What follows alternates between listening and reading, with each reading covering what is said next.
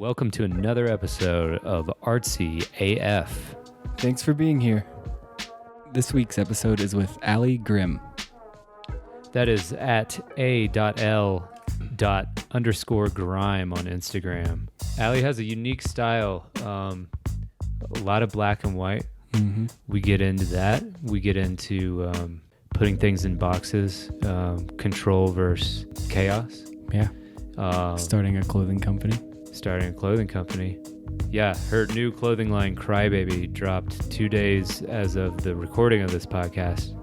So at this point, it'll probably be maybe 2.5 weeks after it's been out. But check it out. Yeah, check out her Instagram. You can see it on there. She's got a really cool purpose. She's just trying to infuse the world with comfortableness in being yourself. Mm-hmm. Yeah. And yeah, she's just great. Thank you so much, Ali, for opening up to us and all the listeners. But yeah, Ali is, she's got like a brilliant intellect, self-professed nerd. Mm-hmm. And through that lens, she's found the building blocks of liberation. Yeah. And I think she has a really unique, interesting perspective on creativity and, living your best life or, being your actualized self. And she brings a really unique, interesting flavor that I think will expand your mind and your own idea of yourself in the world. Yeah. So get ready for another great podcast. RTAF In Grimm. 3, 2, 1.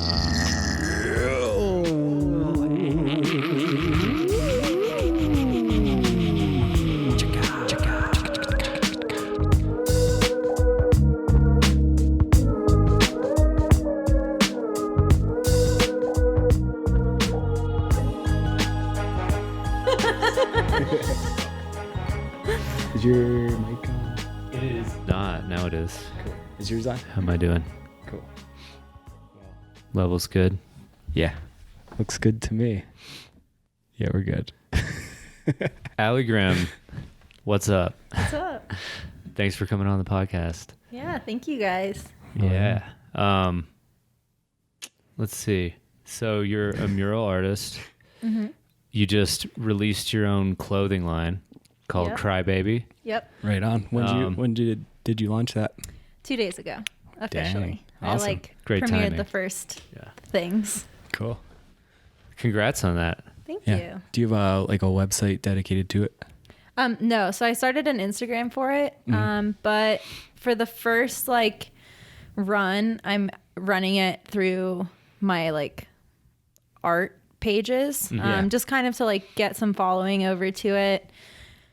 And I also I'm releasing a couple interviews with some magazines and stuff about it because I want people to understand the message behind it, and then I'm gonna kind of let it go do its own thing after that. Yeah. What's the message? Yeah. So, Crybaby is it is pretty much my ironic shot at all the people at the mentality that doing things via emotion is a negative thing. As I work in the music industry and in art, and being a female in both of those worlds, most of the time where I get put down, it's because someone tells me that I'm acting through emotion, but in my mind, that's intuitive work. And I succeed because I feel my way through things. Right. And so the idea of Crybaby is this return to the self, returning to understanding yourself and being so in tune with what you feel and with what you think that, the Crybaby wins. Right. And that's kind of the whole idea behind it. Mm-hmm. Owning your emotion, that weakness is your greatest strength. Totally. And my own art really deeply seeks to kind of understand the idea of this technological revolution and the juxtaposition between a human being and a computer. And I kind of attribute that to this idea of masculine and feminine, the masculine being a computer, feminine being the human element, which is emotion. And, a feminine or emotion is a very feminine quality. Intuitive thinking is very feminine. So I want to kind of return power to the idea of the feminine, and we are kind of like in that revolution. Sure. Yeah, totally. But not so much as like gender wise, just more so taking these very masculine social constructs that exist, you know, the idea of capitalism and all these things. Those are very masculine system based processes. And we as a world are shifting away from it and we're becoming the crybabies. Yeah, that's awesome. Finding balance, you know, Yeah. because within every being, whether you are male and female, to be actualized, you're a balance of your masculine and feminine self, you know? Totally. So that's cool. Totally, yeah. And I think some of the systems in our world could use a little feminine or intuitive infusion, you know. The world needs a hug right now. Yeah, it definitely does.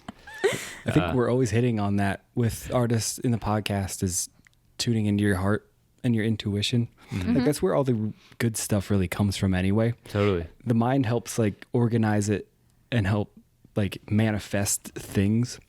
But the core of pretty much everything good that happens comes from that feminine aspect of Totally. releasing yourself into the chaos and allowing the heart to like open up potentiality or something, you know? Yeah, totally. I think that really is like, you know, what separates us from all other things in the world is that we have that ability, that sentience in itself kind of is that like very feminine quality. It, the ability to you kind of have to be able to forgive yourself in a way, because part of like tapping into that is a lot of self-acceptance, which comes with a lot of hating yourself for a while and then returning to the cycle of like, wait, but I love you. Yeah. And that is very like motherly. You have to remother yourself. Yeah. I think it's a good mental health practice too. You know, like you have to accept every aspect of your being before you can really turn on, you know, really like ignite in the world. Totally. Well, yeah, if you have unconditional love for yourself, you can have unconditional love for the world. Totally. And then you're like free. You can do fun stuff with fun people. Totally. I think that's like the biggest problem with people in general is that they're just like, I don't know, we're kind of like programmed wrong from childhood. We're taught that like you things are good and you are bad. And so you have to like find good via things. And so we never really learn that. And one of the things I like fight the hardest for and really would like to do with my career one day is support arts education, because educating kids via art in their youth teaches them self-acceptance, because there's no competition and you just kind of are in a head game with yourself. And then at the end, you're like, whoa, I made that.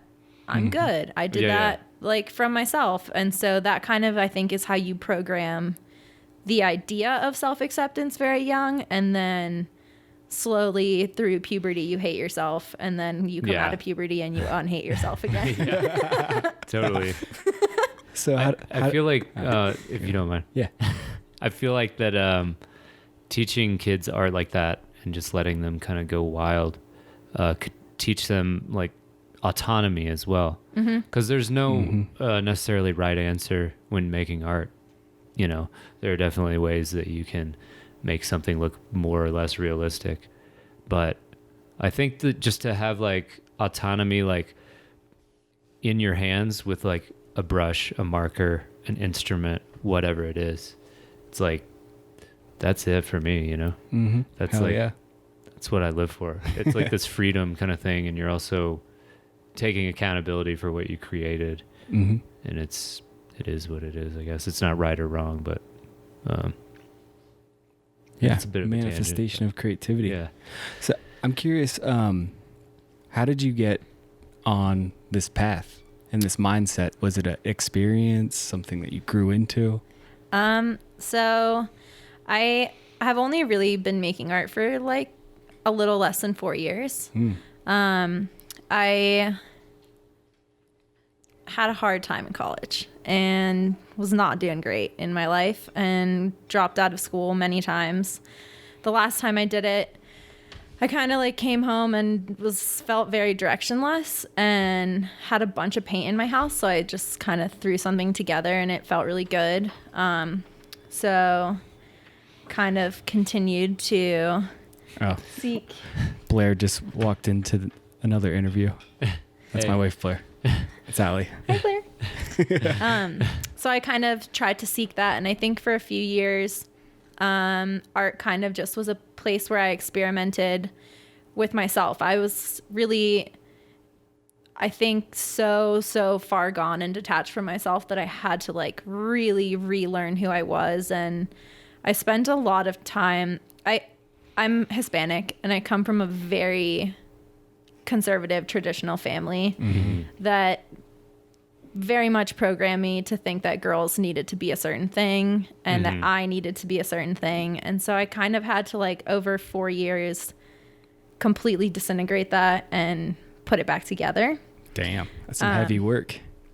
It has been heavy work indeed. And then kind of eventually started looking at the artists in Denver and came out here once. And I kind of think that that's where it really actually started. I, for a couple years, was running a music collective, which became an agency and a record label called The Gradient Perspective. I co-run it with a business partner named Jared Oppenheim, who goes by Choppy Oppy. He's a producer. I know. And so I was doing like live painting and stuff, which was cool, but I was just like dipping my toe into art. And then I came out here and had been following Chris Bolin's work, but like met him in real life and painted with him, and then kind of decided that I had enough of being unhappy and that this was the place where I was going to come to be happy. And so I dropped everything and just started working really hard. And at the same time, my father was diagnosed with cancer. And so I moved in with him and started taking care of him. And having to face mortality like that, I think really made me be like, what is life? What am I doing? What does any of this mean? And so I kind of think that's how this fell together for me. I kind of, in the process of trying to figure out who I was, I fell into the rabbit hole of what is a person and what is anything. I got like way too deep inside of it. Yeah. And then slowly started putting all of those little pieces together until I found made my art style. My art style is super inspired by technology and cognition and psychology, just because that's what I was dealing with when I put this together. My dad was a computer programmer, so we talked a lot about autonomy and cognition and how really the systems that control computers are so similar to the systems that control humans. Yeah. And so in the process of kind of just like keeping him company and having to like make conversation that was very distracting from what was happening in his life, I sort of found what art meant to me. That's awesome. Yeah. Wow. Nice. Winding roads. Yeah. Do you want to talk a little bit more about the overlap between computers, coding, programming, and psychology, and human coding and programming, and just the sea of marketing we're living in now? Yeah, totally. That's my favorite thing. Yeah. I don't know like where to start with it, but it's just so everywhere. Yeah. You know, and everybody's trying to be an entrepreneur or a brand. And I'd just love to hear your thoughts on that. Like, where do those spheres kind of overlap between machine and human?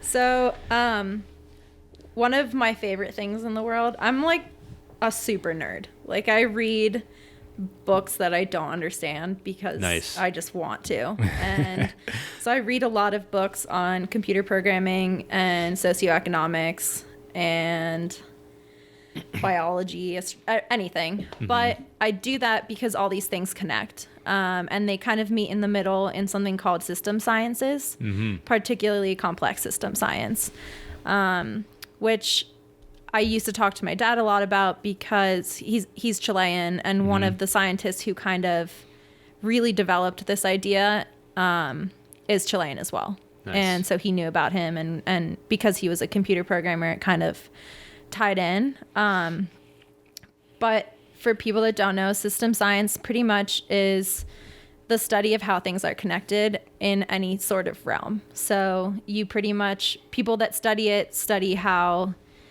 things within a system are connected, whether it's cells in biology, whether it's, political systems, economic systems, code, all of that kind of falls into it under the idea that you can, if you understand how this idea works, you can understand any of them. It's like this fractal thing that's applicable to anything. Exactly. It's pretty much the science of the fractal of the world. Yeah. It's pretty hyper psychedelic.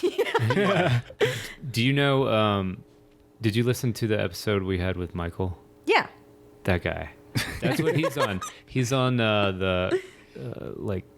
he has a group I think called Complexity Explorers on Facebook. It's, I'd love to dive more into it when or if I had time. But man, that stuff's super interesting. I think Santa Fe Institute is a big spot where he does that stuff. That's just something that came to mind.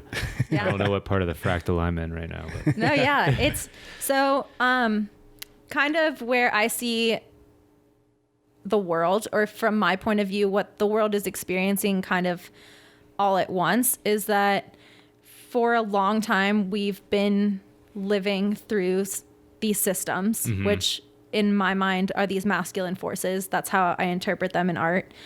And they're social constructs. Like they are, animals use them. They have hierarchies, and we've lived inside of these boxes, but no one's ever been educated enough to understand that all of these things are the same.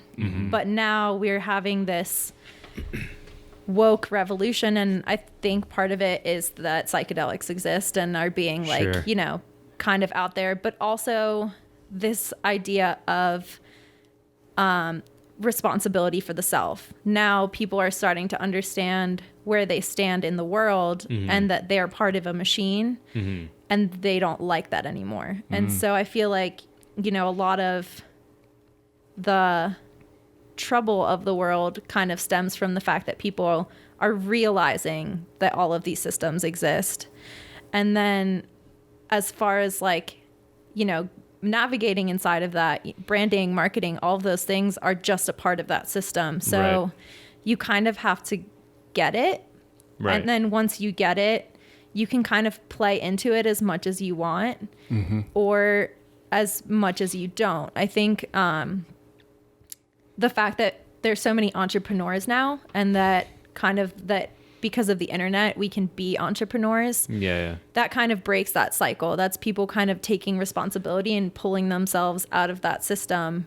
Sure. But then it makes its own system. Yeah. So then you have to play into that new one. Things just self-organize whether we want them to or not. Unfortunately. That's like a reflection of the self and everything, right? Like you're a slave to a pattern. Then you wake up to a pattern and acknowledge it, understand it, and then you can manipulate it to work for you and to be a conduit for love and creativity rather than control.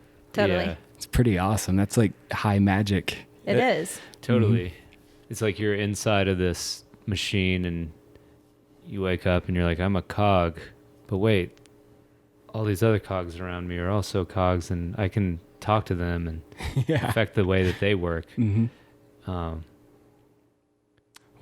it's like, well, we were stuck in systems, right, that worked really well. And then you wake up. Yeah, and like you're saying, once you understand it, then you can create a really a system that works really well because you know those patterns, but then you apply it. Yeah, you apply your own spin on the thing. And then if you have, like with the entrepreneurs waking up, it's like, what happens when just everybody owns a company Right. that makes them feel good and makes other people feel good when they come in contact with it? It's like, Heck, then we all feel good. Yeah. Yeah. and I think and like that part of the waking up, you know, like politics now, I think everyone's like, we were kind of like under a spell of like, yeah, there's like the rulers and then we're the people. And then I think people are waking up to their own power and those whole structures are breaking down. And that's why society, especially when you hear voices like on the internet and stuff, everyone's just going crazy. They're just going nuts. Because the thing is breaking apart. That the illusion has been like, the illusion doesn't work Unveiled. anymore. Yeah. Yeah. Def. I kind of think of it as like that one time you realize Santa wasn't real and your whole life fell apart. But now you just go back to the system. Now you're trying to make Santa real for someone else. You're Yeah. like, dang. Santa. No. Santa. Well, it's like, well, Santa is real. Santa was the mushroom, you know what I'm saying? Oh yeah. Okay. Def. You gave me fake Santa. I'll show you the real one. Exactly. I think, you know, as long as systems work, I think as long as people are using it to build something positive Right. now, I think that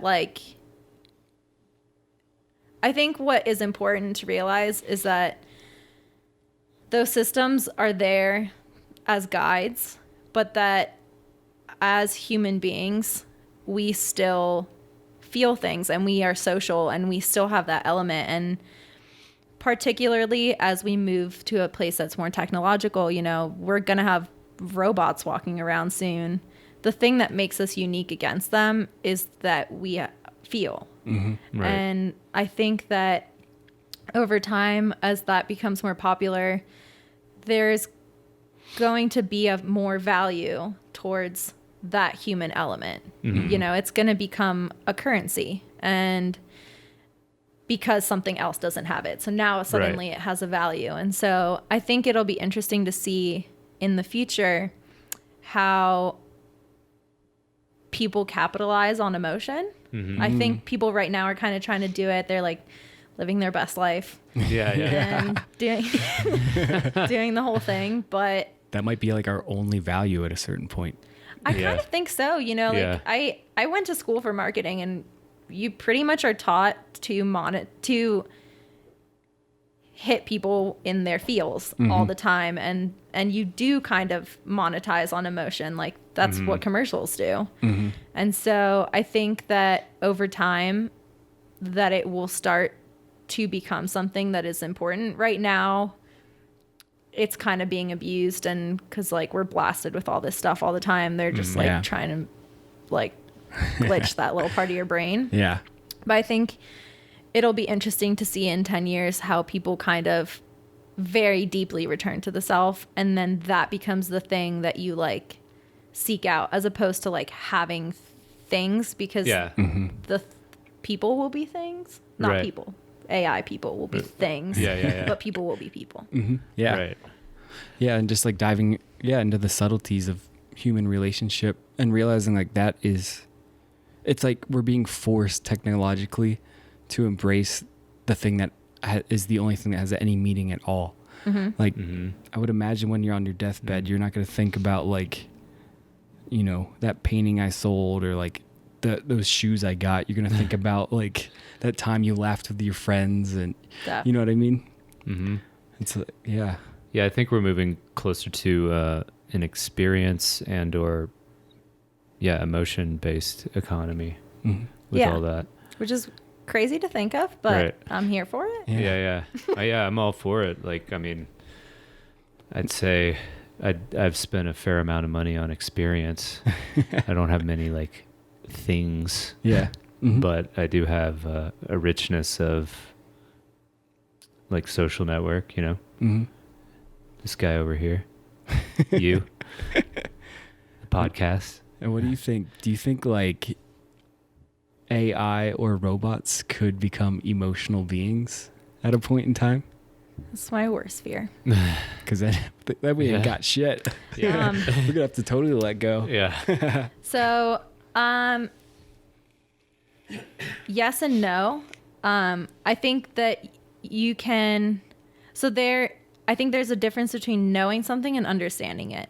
I think an AI can know an emotion, but because it doesn't understand mortality, like what actually drives an emotion, what drives an emotion home in a human being is that we end. Yeah. Yep. And so like when you quote unquote live in the moment, it has so much more value because like that could be the last one. Yeah, Whereas like for a computer, you'd have to download that idea into it too.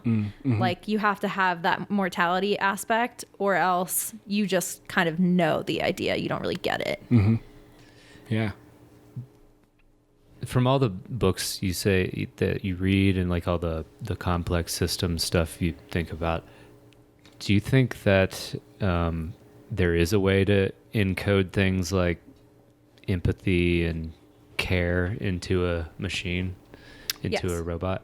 Yeah, for sure. And like, you know, the cool thing about computers and human beings alike is that they can always learn. Computers can learn exponentially faster. So I really think that if a computer was programmed the right way, it would actually reach a much deeper level of empathy than we could even fathom, because computers just do what's programmed to do. Like they'll keep going forever.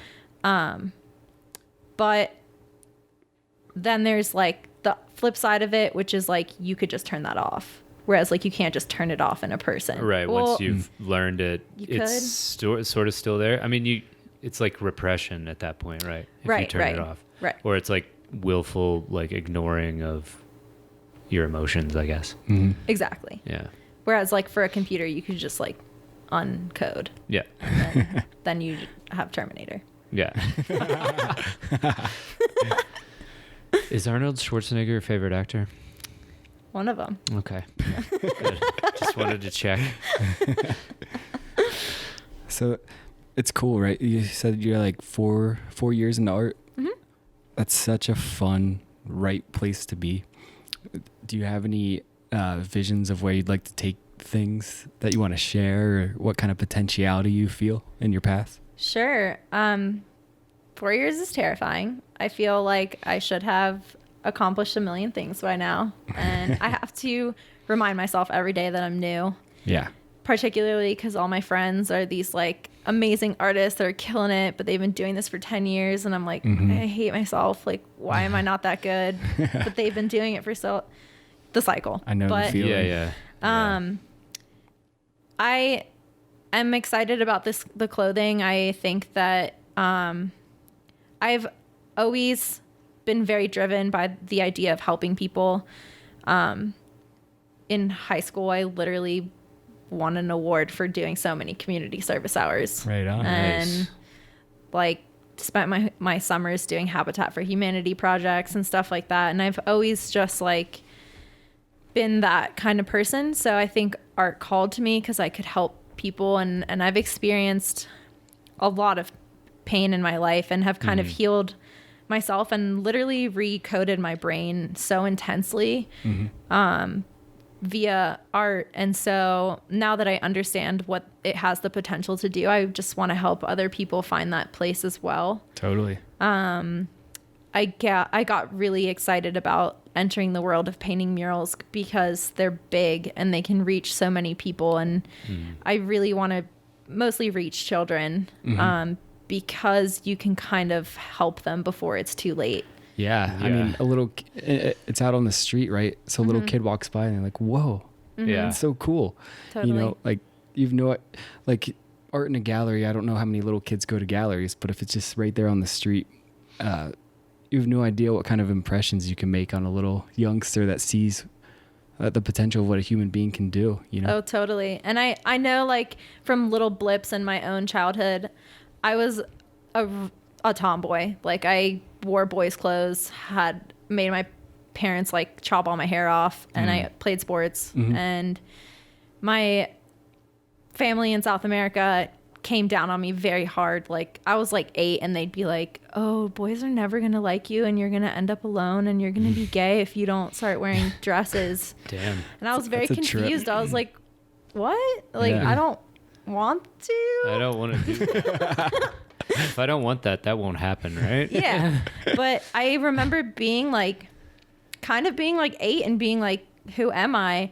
And then that singer Pink came out, and she had a very like muscular body and short hair. And that's kind of the first time I ever like remember looking at someone famous and being like, wait, it's okay to be me. 'Cause that lady's like me. Yeah. So I think kind of we have that potential to do with art, and murals are so big. And clothing, something people wear, is something that's like reaches so many people that I feel like I can help get that message that it's okay to be you kind of a little faster and a little easier, because my art's a little out there and it's not like crazy, but it's intense for some people, and I think maybe not entirely digestible for a child. Yeah. Whereas So- like a piece of clothing or something is a lot more digestible. Yeah. And it's also like the path that you're on, you know, everything that you create or put out in the world is reverberating at that, like, hey, I was miserable and lost and confused and I found my way out. And then everything you create is manifestation of that realization, right? And we all get to do that with our own unique flavors. And it's like, you know, there's like weirdos out there that are lost that they're like a weirdo John Speaker and they resonate with my stuff, you know? And then there's like weirdo versions of Andrew and they resonate with that. And like we all get to just put our weird, like we get to own this weird, unique perspective of ourselves. Yeah. And then, I think just being you as a person encourages people to be themselves or take on projects that maybe they weren't motivated to do. Like, you know, just being yourself so much, like you said with Pink, you just happened to see her and you were like, oh, okay. Well, she's on TV, so like can't be that bad. Yeah. You know? And like if someone sees you painting a mural and you have green hair and like a kind of like a camo bleach hoodie on, and they're like, oh, you know, I can be like that. Yeah, exactly. we're back, even though you didn't know we left. That's right. The magic of GarageBand. So, being yourself. Yeah, Is that what we were talking about being yourself, man. and right now we're being ourselves, and just admitting that podcasts aren't as smooth as you think they are, Yeah. especially ours. I think it That's gives it okay. a charm. It's like a reflection of reality, you know? Nothing ever goes how you think it's going to. Right. There you go. I And- think you guys are charming. Oh, thanks. Thanks. Also, it's 420, 2020. Damn. Yeah, blaze it up. I just couldn't help. I just saw it on your phone there. So let's talk about your art in particular. And you really like using black and white, I've noticed. What is it about? Is there something in those two colors, like you were talking about masculine and feminine earlier? Is there some sort of overlap or tangent there? Is it like a duality thing? For sure. It definitely came to be because I very much discovered my style during Inktober last year, or developed what it is now through that. And so because it started in black and white, I first like started to get more intricate, and then it started as like a challenge to myself. Like, can I just do what I want to do if I only use black and white? And then over time, as I developed this idea of balance, then it became an obsession. Almost all my stuff is black and white. And I actually hate colors now. Like, Really? a lot of them. Not all of them. I have like really big problems with the color red. I only like one red. Do you like magenta? Is No. it like cadmium? Oh, that's the Oh, worst. that's the worst one. Wait, that's my favorite color. I like pyrrole. And Pyrrole. and that's the only It's one. a strong one. That's why I like it. Transparent. That's hilarious. I Yeah. couldn't be more opposite. Like cadmium red is like my fucking little Your jam. special sauce at the end. It's like put some cadmium in there. It's like Just a palette knife of cadmium on the canvas. It just like it gives me anxiety. I like can't. I just like my brain glitches whenever I have to think in colors. I'm like, stop. Well, there's that whole psychology to colors too, right? Yep. That's why they put stop signs as red and like caution, danger. Oh yeah. You know, Mm-hmm. I don't know why that is. Probably something having to do with evolution. Yeah. Like a lot of fruit is red though too. Blood. Oh, that's got to be it. Yeah. It's like if you go this way, you're going to see this color coming out of your body. I know stop signs and fire trucks are red because red is the wavelengths that is the shortest, so it hits your eye the fastest. Okay. So you see it first. Nice. Whereas blue's the furthest. That's Thank why you it's for as putting blue. that Yeah. See, we into got a legitimate grounded answer. terms. So- But also blood. I'm here for blood. Yeah. Yeah, I think colors are cool. I use colors sometimes. Okay. Right now I'm doing a lot of black and white and pyro red Okay. specifically. Mm-hmm. Sometimes I'll do teal. I really big fan of all the tones that teal makes. Oh yeah. Cyan. Love that one. That's a good one. Anything CMYK here for that. It plays into the technology thing a bit too. Yes. And yeah, the technology thing. But I don't know. I think also too, I really want people to focus on the patterns and shapes that I'm creating because in my process, I'll spend like days on modeling websites, Instagram and Pinterest looking for models with the perfect facial expression. Then I draw that and then I'll spend another few days figuring out what patterns express the energy inside that person's face. And so I think for me, I kind of spend so much time creating a map of how I want someone's eye to travel through something that I feel like color distracts from that. And I don't want it there for just how I want people to go into my art. But then it also helps that it plays back into that idea of dichotomy and of masculine and feminine. Yeah. I definitely use more black in pieces where the figure is stronger to kind of tone them down and flatten everything around them.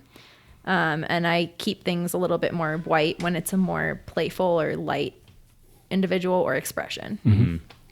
And you were saying like you developed artistic style over Inktober where you do like a drawing every day.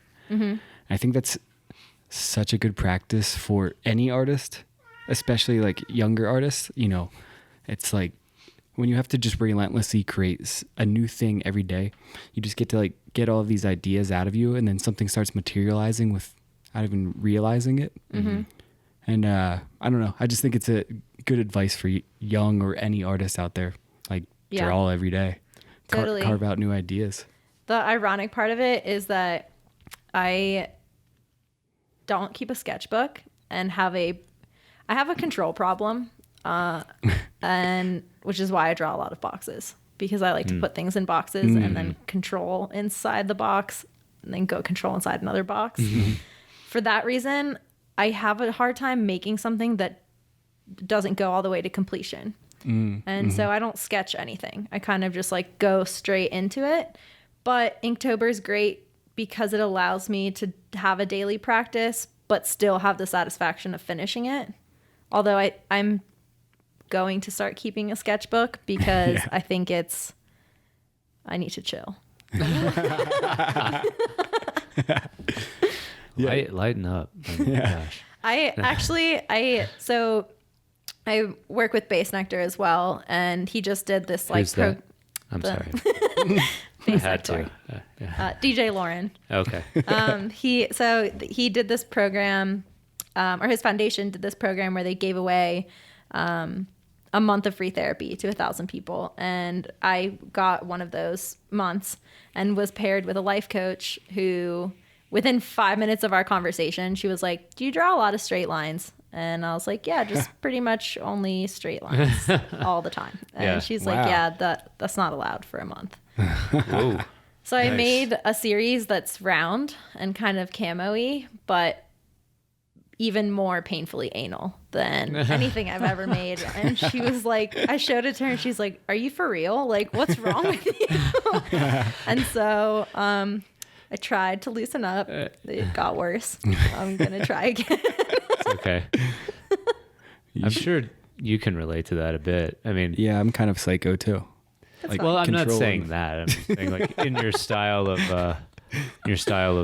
how you kind of plan everything out. I'm the opposite. I should probably start using like only straight lines. And I do sometimes, mostly on walls, I guess. But it's like, yeah, I make a huge mess. And then I'm like, oh, that looks like a hand. We'll do that. I'm not sure what it's going to mean yet. But yeah, it's interesting. Like all these different artists have, since we're also, self-aware, I'd say, like we all know where our weaknesses are. And really, I think if you develop that, you can turn them into strengths. Totally. Yeah. And even just experiment with them, make some squiggly, shitty pieces that you never show anybody just for your own. I think it like gets something out of you. And like, you don't have to like do that as a statement, like I'm always like so in control with my paintings. And then every once in a while I'll just like splash color and just watch it move around, spray water on it, just to get totally out of my comfort zone in my world. And it can be like a very therapeutic experience. Mm-hmm.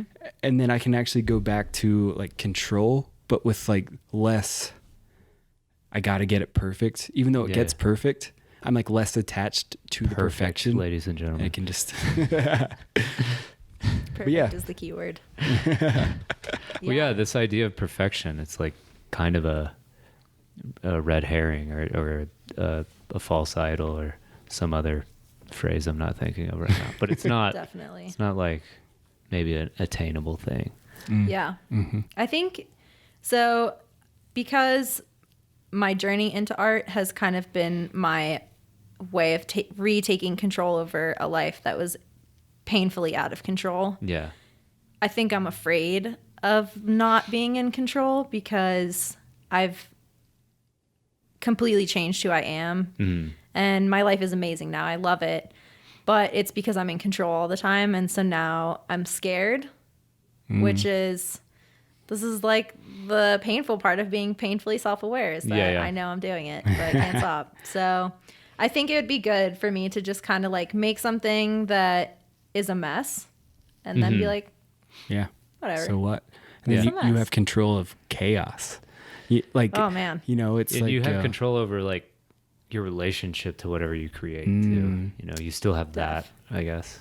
Well, there's all these like phases we go through, and there's going to be like a through line in everything. Like you have a style and like you're probably always going to have something reminiscent of what you're doing now, but I think it's always changing and morphing and molding. We just go through different phases of relationship with ourselves and the world. And when you feel out of control, you want to gain control.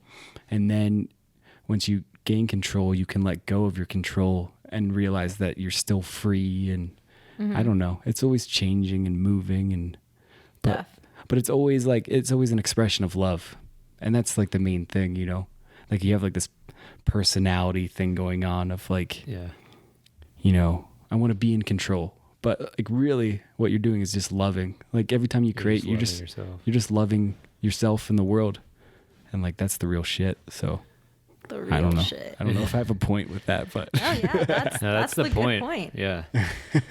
Yeah. We like to hammer that home every episode pretty much. Just stay in touch with that heartbeat, whatever. Yeah. Yeah, totally. That's important. Like, that's what most people don't practice. And I think the greatest blessing of being an artist is that we have something that is always giving us love back, which is why I feel that we are responsible to show other people, or I, as a person, feel responsible to then teach other people that.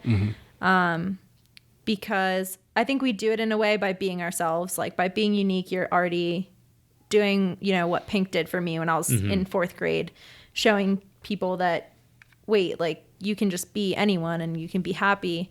But I feel very compelled to then teach that lesson back to the world because it's such a gift and it is the most human thing that we can have. Totally. Yeah. And so I feel like most people in the world are so painfully detached from that, which is why the world is hurting. Yeah. And so I feel a social responsibility. I put the revolution will be televised in all of my work, but the revolution is love. It really just is like radical self-acceptance and understanding. Like you said earlier, when you can love yourself, you can love everyone. And then we start to fix all the problems that exist around us. It's pretty awesome. Yeah. Yeah, it is. It's a cool thing to do with your time. Yeah, definitely. Yeah, As a it's pretty temporary okay. being. Save the world. Yeah. Yeah. Just, after dinner. Yeah. I'll get to that after dinner. So I've been digging this question. What's your favorite thing about art? My favorite thing about art, It's am I allowed to say this, that I'm in control? Because that's not helping. My favorite thing about art is that you get to be yourself. That you can really like do anything that you want. There's no rules, except for the rules that you make for yourself. And that it allows us to see who other people truly are. It lets you see the weird inside everyone. yeah, right. Yeah, you're kind of, when you're making art and sharing it, you're kind of like naked to the world of this funny way. That's also interesting, like being yourself is like, what does that mean to you, to be yourself? Well, I'm crazy and weird, so my art is too. But I think that being able to express that side of myself has helped me to, one, understand myself, understand how the world works a little bit better, but also like develop real, actual relationships with people. I think when you feel the freedom to be yourself and you kind of put that kind of vulnerability out there, you make other people feel safe. And so suddenly that barrier is gone. And now you've formed a real human connection. So I feel like the ability to be weird is that human element. Yeah. That's the thing. Yeah, that's awesome. Yeah. Yeah, you be vulnerable and then you allow other people to be vulnerable and you get to like actually Have know each conversations other. that are real. And yeah. Yeah, totally. And I think you kind of gain some sort of family too, being an artist. At least that's the sense that I get. I feel like a lot of our friends out here are more like family that we've chosen. You know? And it's just like, oh, you love art, I love art, you make it, so do I. This is so inarticulate, but that's how it is. yeah, you're on that level. Yeah, that's how it be sometimes. Well, But like you're on that level, like, and you understand someone just right off the bat because you're like, oh, you're a weirdo, and I like you. Yeah, I like the way you're being weird over there. When it's everybody's doing that thing of being themselves, whatever that means to them, and that like you're all honoring each other's being self, like Yeah. and then I don't know, Totally. it's a deep pond. And I think that kind of to bring it back to what we were talking about at the beginning with this idea of like building your own system, where I think that a large shift is going to happen with these entrepreneurs is that right now, and with that spirit, like right now, you have to market yourself to sell a brand, but I don't think in the future that you're going to have to build a brand. Branding will just happen when people start to actually express themselves. You see that kind of as a facade in like LA and in these big cultures where people like put on a front, but eventually when enough people start to realize that that's when that no longer holds value, and what holds value is actually people authentically being vulnerable, then we're going to start to see this shift where you don't have to work to make a brand. All you have to do is do the work to be yourself. Just be yourself and share it. Right. Yeah. And people that tap into that the deepest are people that are going to hold the most value. And I think that's what we see in our little microcosm. Yeah. We kind of look at each other, and what we see in each other and value in each other is that like, oh, you get it too. Like you're doing that work. And so that means that you're not going to try and come after me because you're busy doing your work. Exactly. Yeah. Yeah. Yeah. I think it's like, One of the people with the biggest brands today is Joe Rogan. Mm-hmm. And I don't think that motherfucker ever thinks about branding. He's just so potently himself. Yeah. And it's like this whole world of just like authentically being yourself and what you're into and sharing that.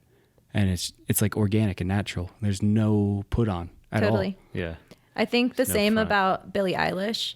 I drew her for one of my Octobers, and the thing I admire the most about her is that this is like a little girl. I think she's like 18. Really? And she's young. Wow. And is like one of the most famous people, like musicians in the world right now. But the thing that's different about her is that she is being different, like so completely, like not just her sound. She wears extra large men's clothes because she doesn't want anyone to think about what she looks like. Right. She wants people to just be like, pay attention to my art and to what I do and to the fact that I'm pushing a boundary. And I think the fact that she already holds so much value is a kind of points to the fact that that's where things are going to shift. Totally. That unique self-expression. And you can't fake that. Like you can't pay someone to market your unique self-expression. Yeah. Because people will see through it. Exactly. Yeah. Yeah. Like, it's like the collective consciousness is evolving and getting more subtle, and like we can sniff out bullshit so much easier now. Like, but why do you think people react to like a Billie Eilish or a Joe Rogan in like a negative way? Like, why are there haters? they're scared. They're scared to let themselves be authentic. Yeah, They're scared of themselves. totally. The number one enemy to, the safety of being one of the same as everyone else is the idea that someone is different. Yeah. Because that means you could be different, but Yeah. then you have to figure out how you're different. Right. And that requires the work that no one actually wants to do. You have to confront your darkness. Oh yeah. You're like, That's I'm in like this. my best friend. What's up, all the things inside me? Let's hang out today. I can't see you, but I can feel you. Yeah. All right. Yeah. Plus, like, haters gonna hate. Yeah. It's fun. Yeah. Like, I that's guess a bad it's thing fun. to say. I mean, like, I think people have fun with it. It's fun. It can be It's like a cocaine high or something. it can be Yeah. silly too. Yeah. You can be silly and be like, an edgelord or a meme maker or whatever. But it's just weird when you see someone like take time out of their day to consume the content that someone who's being authentically themselves puts out on whatever, Instagram or Facebook or whatever. And they see their content and then just try and like, especially if it's like an artist and someone who's not like putting forth some like complex idea. Like I get it if someone needs to come in with like science or a different perspective on someone's like idea. Mm-hmm. But like just to hate on someone's like authentic expression, I just don't like how are you going to take time out of your day to watch what I did and then just poo-poo on it? Yeah. I think that kind of also goes back to the idea of teaching arts education in youth. Kids are taught too early to be competitive. They're taught too early that in order for them to win, someone else has to lose. Yeah. Whereas art teaches you that I can win and you can win and John can win. And now we all won. Yeah. We're all winning. Yeah, exactly. And so Exactly. I think that hater mentality is the idea that if you're winning, then I must be losing. Right. And so now I hate you. And that kind of is where this idea of people taking personal responsibility now, and then because they're personally responsible and doing well, now they're collaborating because Exactly. now they're not threatened by you. You're doing you and I'm doing me. So let's do it together. And now we're working 10 times faster. Totally. And there's so much to go around. There's so much, whatever success or even money to go around. I mean, I think Denver proves that. There's so many successful artists out here, Colorado in general, that like you can find a lane for whatever you do with, regardless of style or whatever. Like someone's gonna feel it, you know. It's gonna hit someone like the right way.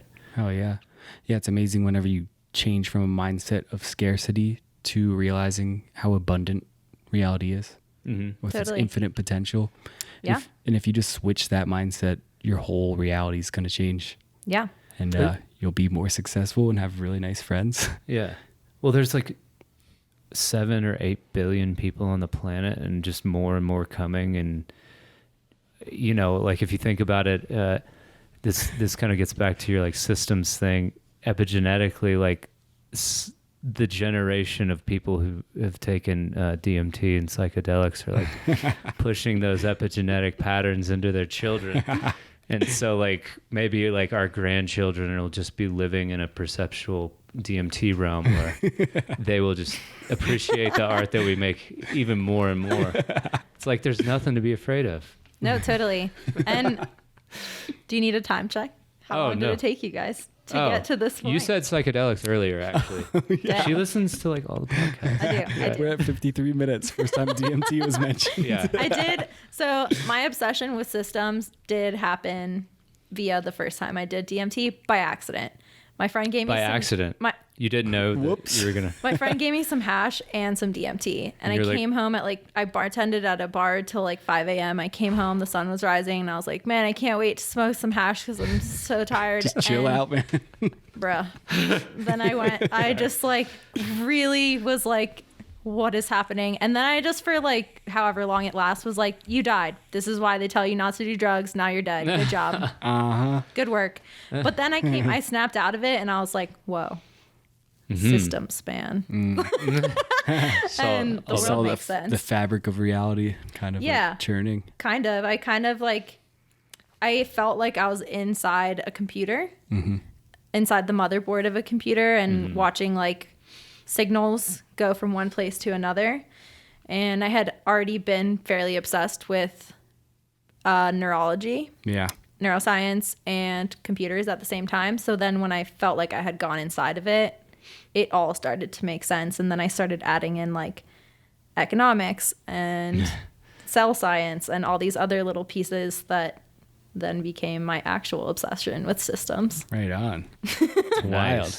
It's cool, right? Like once you have an interest or you have an idea of something, and then maybe like a psychedelic experience like brings you into full realization of like actually like embodying and like fully integrating this thing. And you're like, oh, I get it. Yeah, it was terrifying.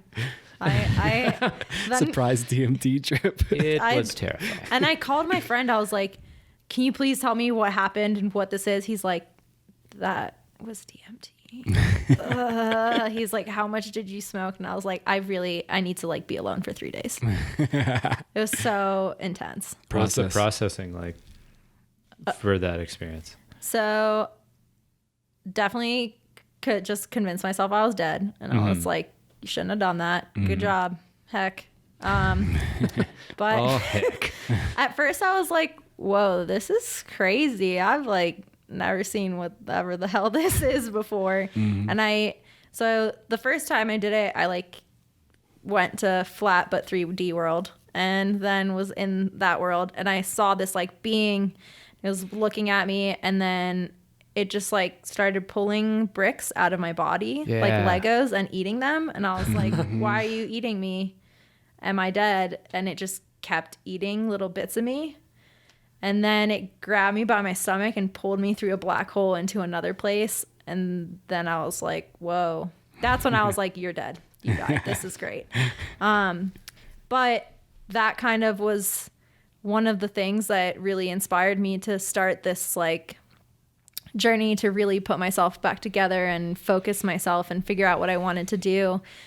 Meeting that thing face to face was kind of my realization that I had to do a lot of work. And that having to go through that experience definitely forced me to really go into hard drive and be like, you're allowing something to eat like bits of you bit by bit. So you have to fix those holes or it's going to keep eating it.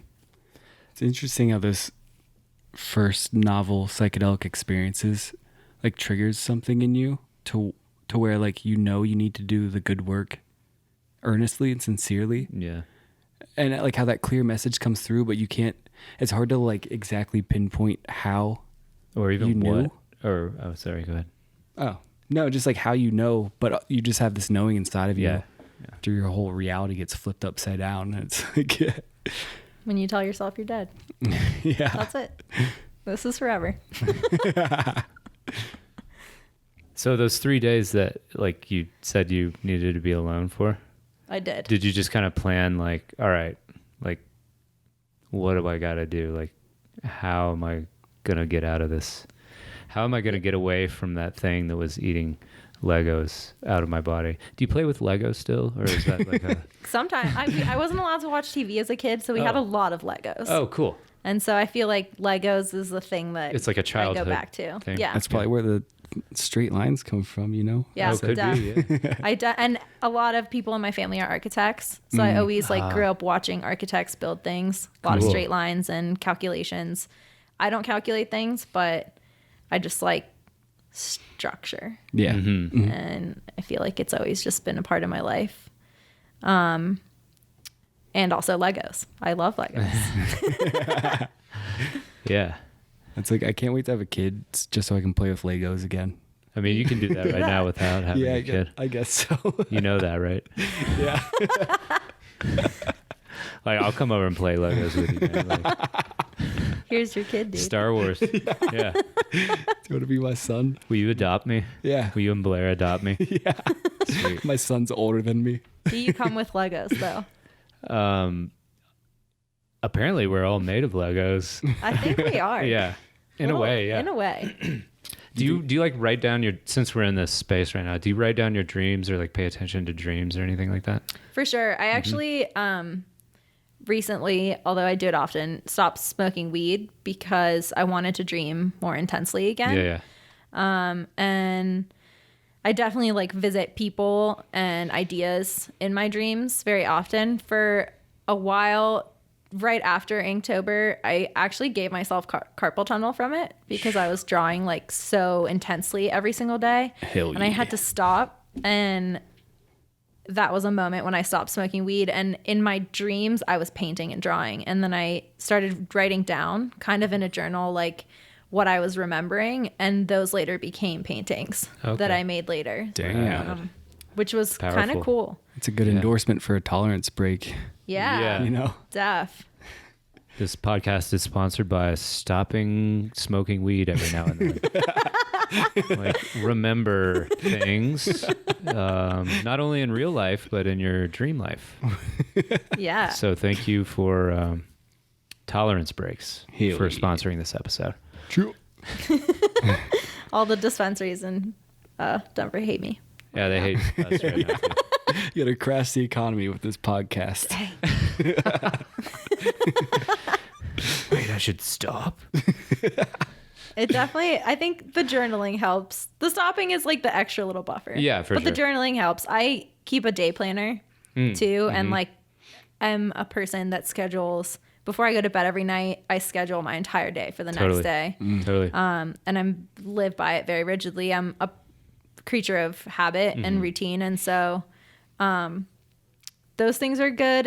And when I fall out of my routines, I have nightmares. I have, really? like, I really am of that attached to control that like when my whole day gets turned upside down, I'll still sleep, but I won't sleep well. Have you tried ayahuasca? Not yet. That's like a control releaser. Yeah, I had another DMT experience that was even more intense than the first one, like later. Because for a minute after I like finally got myself back together, then I was like, whoa, I got to go back there. That was tight. And once I realized it wasn't real and that I could like be in control in the space or just like be aware that I was alive and fine. Totally. Then I was like, okay, I'm going to keep going back there. That was cool. And I kept finding like something new about myself every time. And then I pushed it a little too hard one time. And then I was afraid. And I had actually planned to go to South America to try ayahuasca, but I'm a little scared now because of how far I pushed it. And I think that's what that experience is like. It's like right over the tipping point. I think I want to do some more personal work before I'm ready to like really actually go meet that thing that ate me. Yeah. Yeah. Well, that's the Not there thing, yet. right? It's Probably like, just you. It's me. Yeah. but it's like, I think that's like it's kind of a good place to be too, is like being scared of the psychedelic experience, because I think it's a way of knowing that I need to integrate. Right. Like if you just keep going back and back, you're going to like lose yourself. And like a healthy dose of fear is good. Totally. Because like there's It's respect too. Yeah. It's like Yes. this, millennia old substance. Yeah. It's like you got to respect all the people who've been able to harvest that, and maybe even the spirit of it itself. I think fear can be totally healthy. Yeah. And I think it's good to know too, like you're like, maybe not yet. You're not just like, yeah, gotta do it. Yeah. No. It's not like there's any rush, Yeah. Yeah, for sure. I think in time. I just don't. I want it to be an experience that I actually am able to get the most out of, because I have so much respect for it. And I think that everyone in the right time and place should try it and meet their maker, so to say, once, but responsibly. We endorse responsibility on this podcast. Responsible drug use, people. That's what it's all about. Don't fuck it up for the rest of us. We've come so far with this drug war. Like, just, microdose. You can always take more. You can never take less. End of rant. Yeah, totally. I think too is, so in my life, I've had 2 near-death experiences. One in which I died for like 3 minutes and was revived. And I think that the last time I did it, I met that feeling again. And I was like, wait, I've been here and I did not like this place. And I came back from it. So I think when people play with it, they just don't have that understanding. Right. And that idea, what that drug is able to do is make you confront mortality, which is the most human thing, like the fact that we end. Yeah. So I think for people that play with it, you're kind of slapping that in the face, and you are not God. It's like the dude that thinks or girl that thinks they're stronger than the sun and doesn't wear sunscreen on the long day. Like, you're not stronger than the sun. Right. You're also not stronger than dying. Right. And so I think having that understanding and being humbled to it, the people who become humbled to that idea are the people who really get something out of it, as opposed to the people who are just doing it for fun. Yeah. And then you're not really getting anything out of it and kind of ruining it for the rest of us who are actually respecting it and showing it, giving to it what it gives to us. Totally. Yeah. Yeah. So how'd you almost die? One time I had brain surgery very young when I was 12. Oh. And I pretty much was like 3 hours from dying when I checked into the hospital. I had a tumor in my head, and there's like a little hole in the top of your head that drains brain fluid, and it had been sealed for a good bit.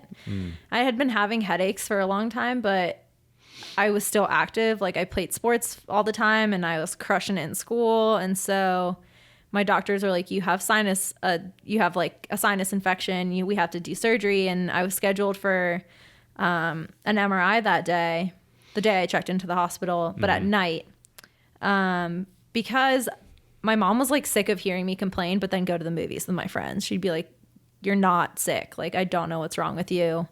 You're doing everything that a normal kid does, but then you're like, don't want to go to school.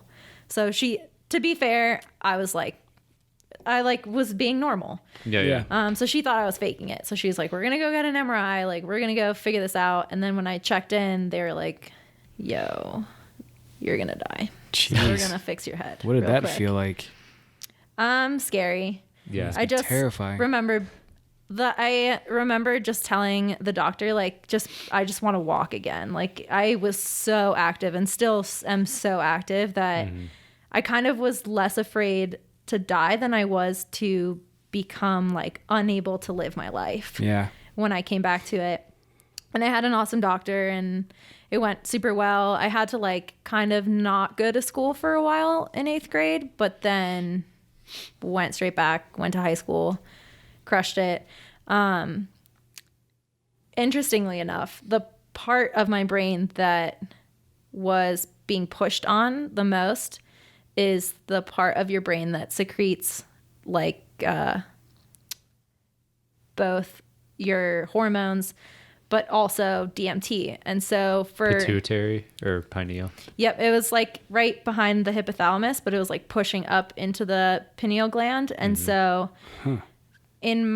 as a kid, I had these crazy dreams of patterns and shapes that I never could express. And I really feel like the reason that I was always such an intuitive kid and such an empathetic kid was because that was always being triggered in my brain, like slowly. Damn, that's crazy. Yeah, this is why I'm weird. So kind of meeting mortality that young was intense, but I kind of like put it away for a very long time and didn't really deal with it until recently, until I tried DMT for the first time. And all came back. And yeah, I think what it triggered the most was this like feeling of like deja vu, but of something that like wasn't a place. It was like a holy shit, this is a feeling I have never wanted to feel again, and here it is again.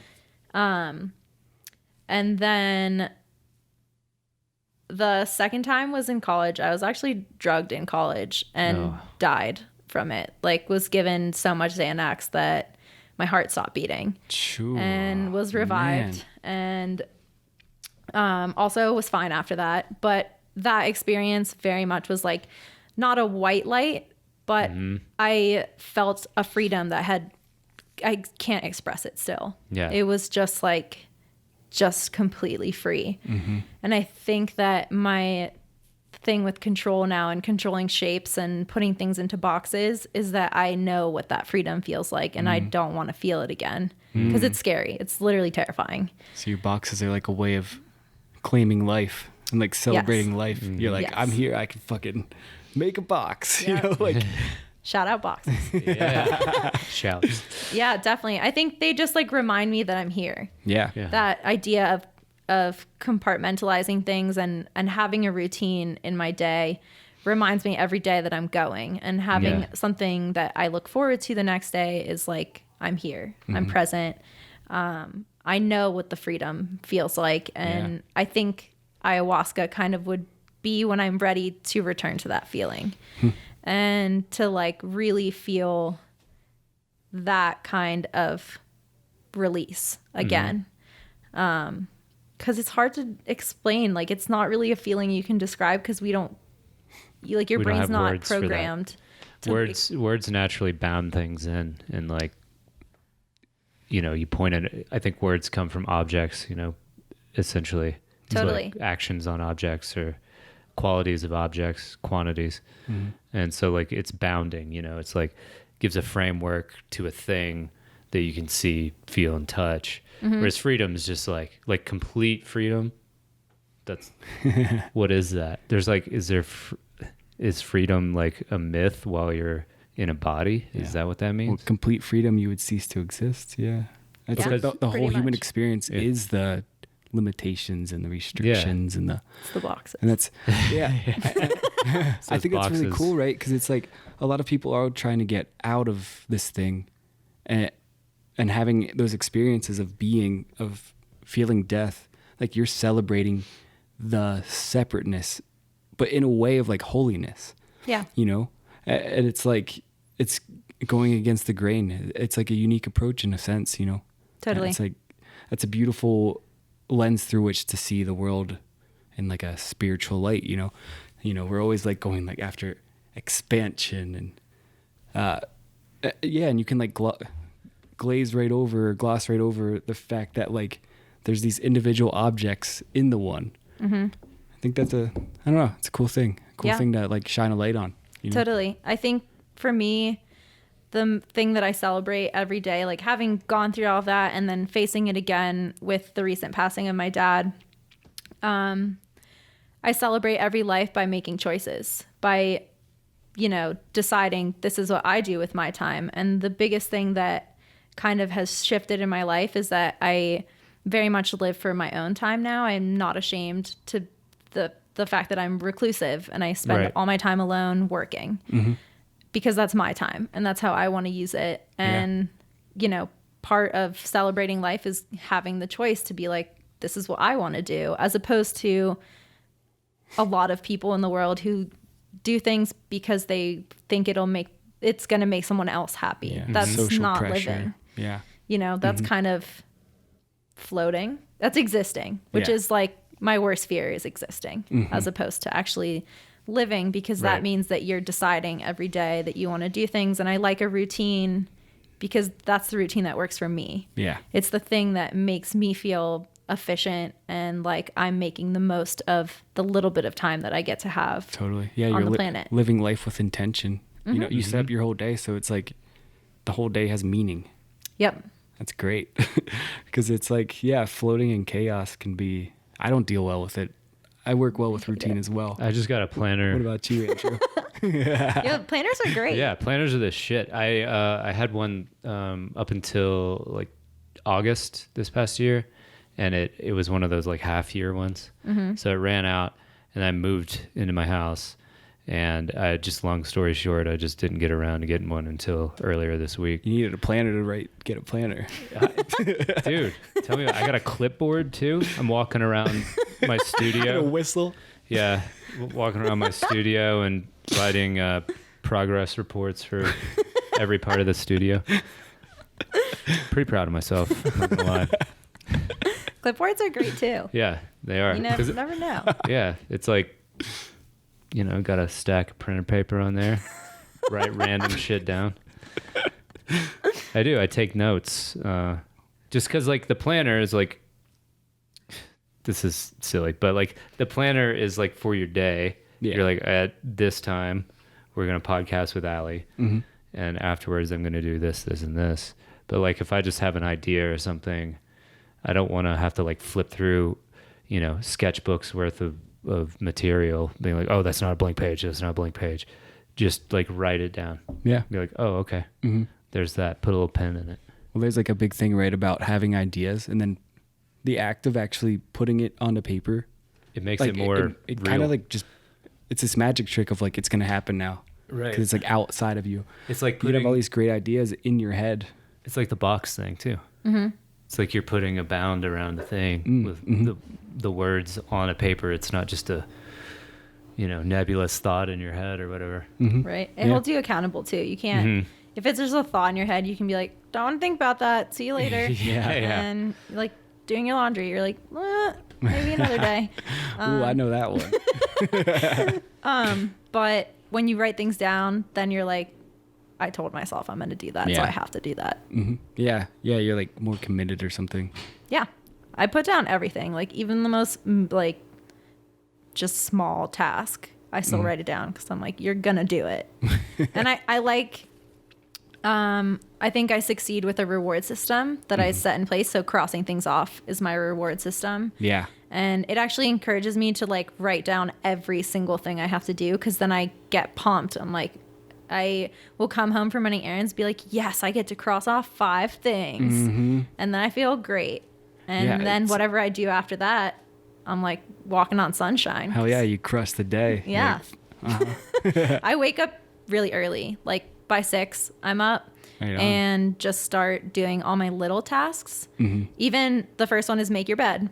And and then I answer emails, then I go to the gym. And by the time I'm back from the gym, literally I've crushed the day. So anything else I have to do, you're flowing. I'm cruising. Like I already crushed it today. So now I'm just like crushing more. Exactly. Well, because those things, right? Like if you needed to work out and your bed was a mess and stuff, like that would be kind of nagging you in the back of your mind all day. Totally. And then you can clear the slate for creativity and expression and getting down to business. Yeah. And I think too, because art is such a vulnerable place, you have to like remove the things that would make you more vulnerable. At least I do.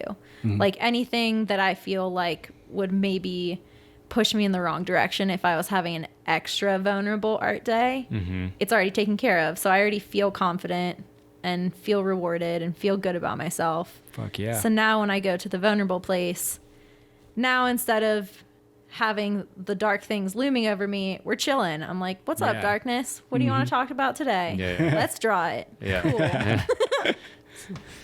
Cool. So, you know, like living a regimented life, and I don't even know if this conflicts with it, but what kind of stuff do you like to do for fun outside of art and What is business? fun? Yeah. I go to the gym. I love Hell yeah. lifting. Like, it's really my most favorite time of the day is going Same to here. the gym. I love it too. It's just like so rewarding, and it's like I like to feel healthy. Yeah. And I like to just like, that's self-love, I think. Like, such a good form of it. I do like to read a lot. I wish I could say that I spent more time outside exploring, because that's why I moved to Colorado, but I suck at it. It's funny how elusive that can be sometimes. For real. It's like after you do X, Y, and Z, it's 9 p.m. Yeah. in November, and you're like, not gonna do it. Yeah. It's dark. Yeah, And exactly. cold. I spend a lot of time. I really love streetwear and like hype beast clothes. I spend a lot of time just like looking up what is not necessarily trending, but what the people that are pushing all of those things are kind of doing. Like, you know, Virgil Abloh, that guy's on another level. Who's that? He's the designer of the Off-White Oh, okay. brand. Yeah, That guy's like on another level. Yeah. And I love like learning about sustainable fashion Yeah. is really big right now. And Yeah. I really love just like researching those things. I like to just challenge myself to learn something kind of every day. That's why I read a lot of, I read a book on astrophysics one time, probably understood 3 words out of the whole thing, but I read it Yeah. and was confused the whole time. But at the end of it, I was like, that was cool. Yeah. I know the words of why a black hole word Yeah. works. I don't understand it, but Yeah. I know them. Well, it's like maybe even absorbing that information at some point, like you've done some like legwork, and like you might not think you absorb something, but then you might hear information at one time.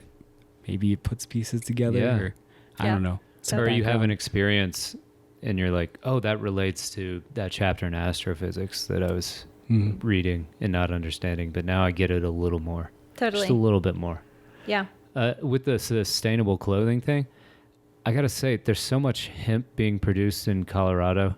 Like, do you know of any hemp clothing companies out here?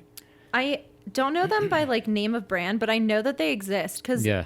you know, hemp is such a crazy material. You can build concrete that's 5 times stronger than concrete, and, you know, ropes that are 20 times stronger than cotton ropes and all these things. So I think that as resources dwindle, hemp is going to be one that really gets pushed because it just like is stronger, more efficient.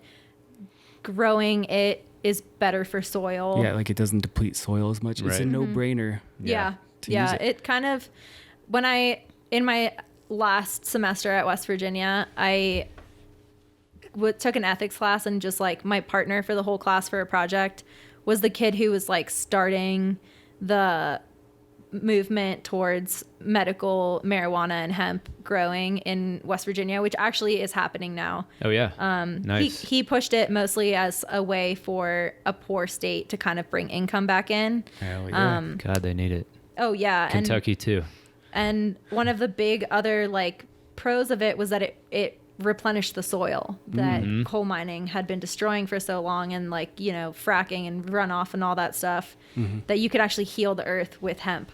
Right on. They should plant hemp farms right around those fracking sites here in Colorado. They should. Just putting it out Sucks. there. Fracking does suck. Yeah. Frick fracking. Yeah. A question I like to ask is, so outside of art, visual art, what are some you already said complex systems and things that are far afield from art. But who or what are some movies, books in particular, music that inspires or influences your art? So the author of the book is something Manson, but the book, The Subtle Art of Not Giving a Fuck, completely changed my life. Like, really helped me to take all the pieces that I had in my journey of finding myself and like implement them into a path. I tell everyone I meet to read that book. I read it over and over. It's incredible. Cool. Really teaches you to prioritize your time as your number one like currency in your life. Yeah. And really will help just like take so much stress off your shoulders, because you realize you actually don't need to stress about most things that you stress about. Right. And other than that, I really love music. I've been working with this record label and agency for a long time. I also manage 4 artists. And Who are they? I manage Thought Process, Feel, Scarian, and a VJ named Anti-Alias. Nice. So I love music. I love that community. I mostly listen to hip hop.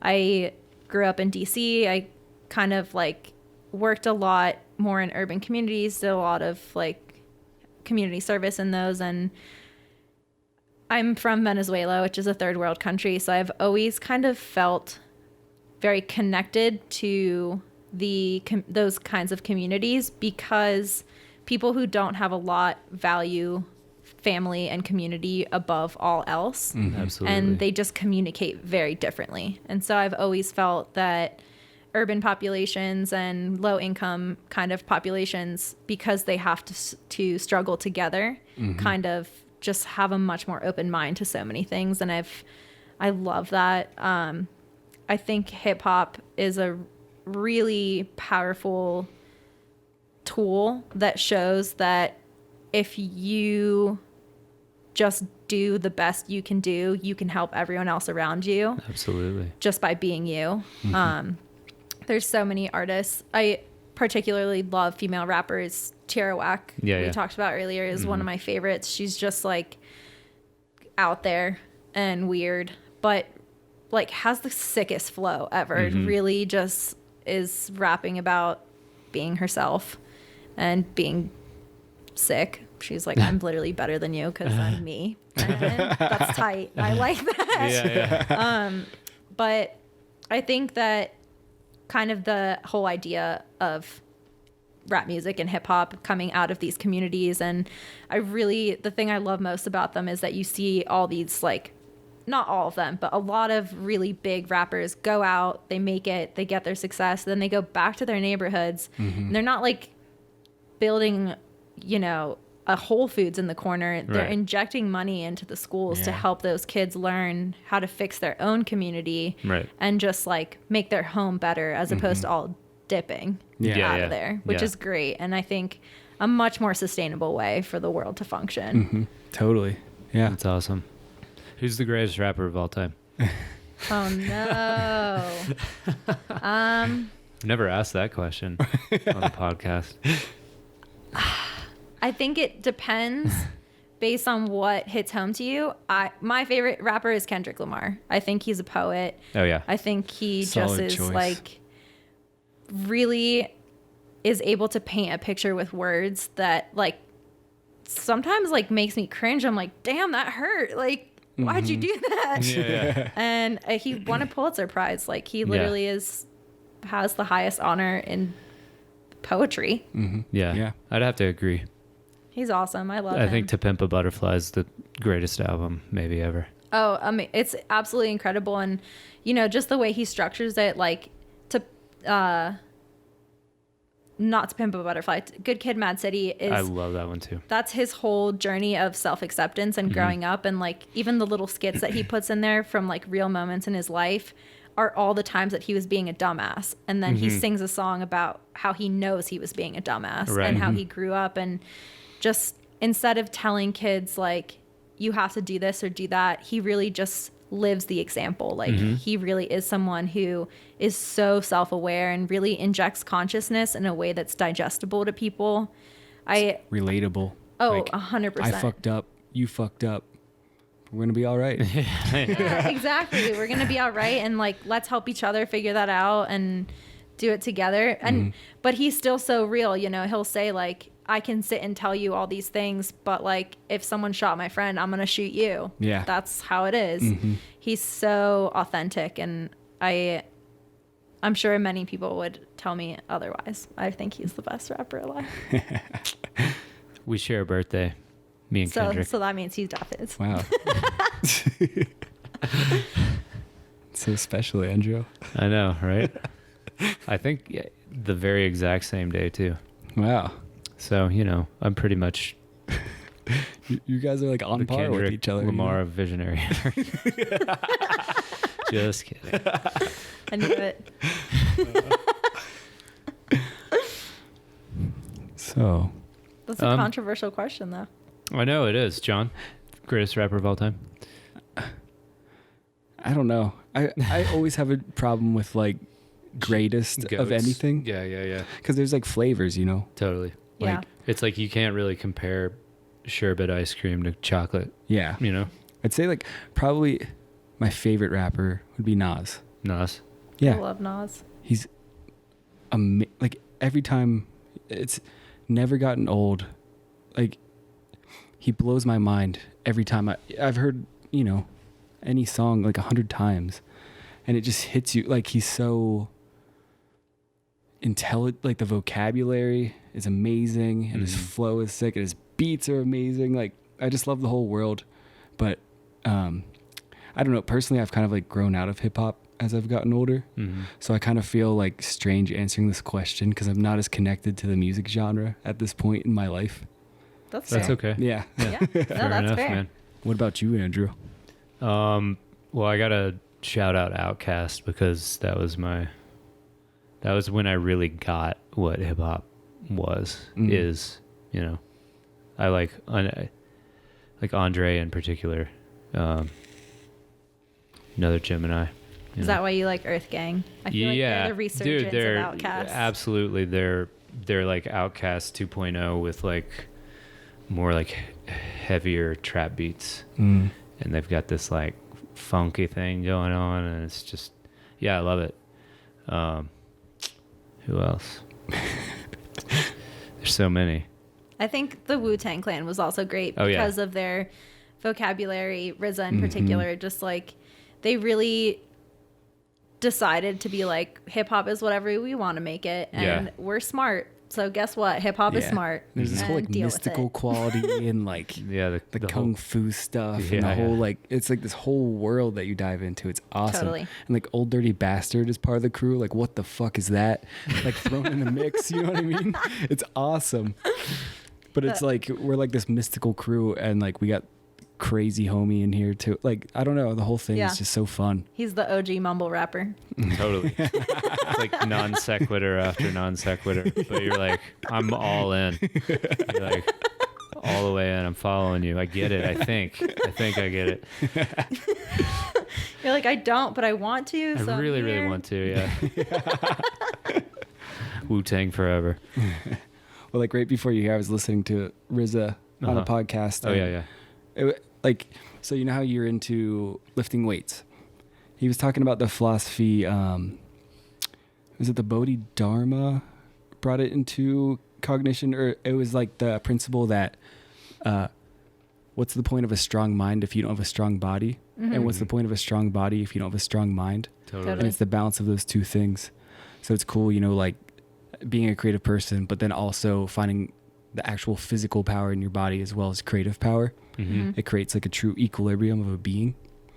And I don't know. It's an important part of the process. For sure. I find when I actually do exercise that I'm a more focused, more energetic creator. Totally. I think that that a lot of like Western ideals kind of have that whole mind body situation. You know, the Buddha also teaches like right body, right mind. All of that kind of brings you into your highest self. One of my other favorite books is The Dharma of the Jedi, which if you've never read is tight. I love Star Wars, but it's kind of just the idea of, it literally is the idea of Buddhism, like in a book, but Jedis. Okay, nice. Awesome. And the idea, it's also one of the reasons I live in a routine. The fact that I can like present myself most authentically when my body is right, when my mind is right, when my health is right. I eat painfully clean also. Yeah. And because I want to be fully present in every moment, and I can't do that if I feel clouded Sure. in any sort of way. So I think that idea kind of, you have to like with a sketchbook, you have to work out your brain, you have to work out all the muscles in whether they're physical or like mental, whatever, all the time, or else you're just like not being the best you. Yeah, don't be a weak bitch. Yeah. And I mean that in the most loving way possible. No, totally. What's your diet like? It's terrible. It's not. It's great. It's so good, it's I terrible. eat a lot of mostly vegetables. I don't eat sugar or flour or meat or anything processed or from a can. I pretty much just like make quinoa and fresh vegetables, and I do still eat eggs. Oh yeah. And eggs and fruit. Oh yeah. Eggs are they're just so nice. Yeah, and like because I lift, shout I out need eggs. the protein. Yeah. But also I love eggs. Yeah. And Shout out to the incredible edible egg. yeah, Right. totally. If you want to sponsor our podcast, Eggs. text John Speaker at 415. Artsy AF something. brought to you by eggs.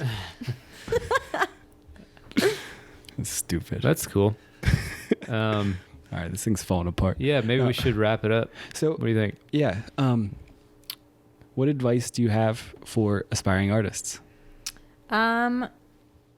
My advice to aspiring artists would be to read The Subtle Art of Not Giving a Fuck. And before you put the pressure on yourself of saying, I'm going to be an artist, figure out who the hell you are and Totally. figure out why you do the things you do and why you are the way you are, and then deal with your shit. And in your words, don't be a weak bitch.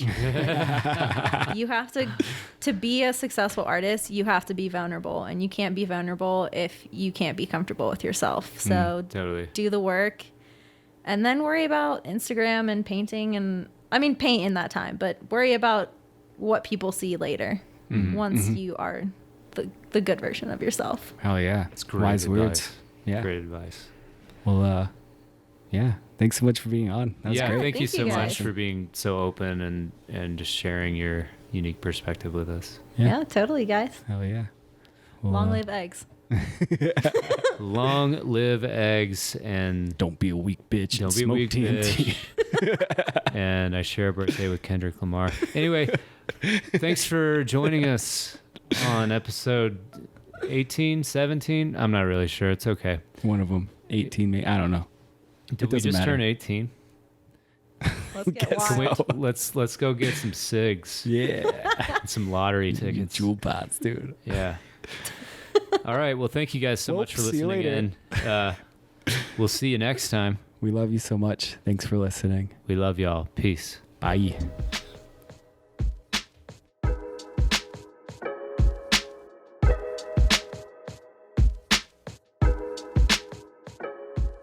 Thanks for listening to another episode of Artsy AF Podcast. For additional images and notes on this episode, you can check out our website, artsyafpodcast.com. And you can find me, Andrew Norris, at andrew.norris.arts on Instagram, and andrewnorrisarts.com is my website. I also have links on my website to episodes as well as all my best paintings. And you can find me, John Speaker. My website is johnspeaker.com. On Instagram, I'm at John Speaker, and on Facebook, John Speaker Art. Thanks again for listening. Peace. Thank you.